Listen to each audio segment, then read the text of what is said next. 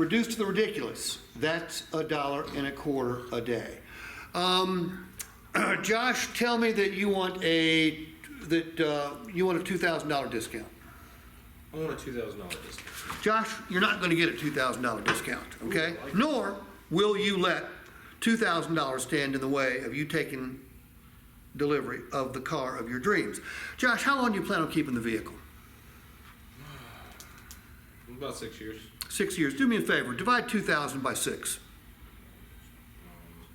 Pull out your phone. Okay.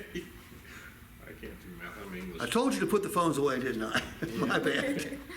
2,000 divided by 6 is what? $333 at 0.3 review.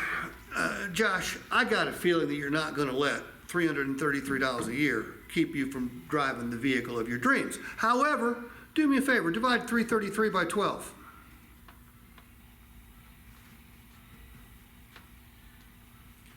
$27.8. It's less than $1 a day. I know you're not going to let that stop you. Okay, this right here. Look, what's easier to say yes to? 42,000 or 2,000? 2,000 or 333?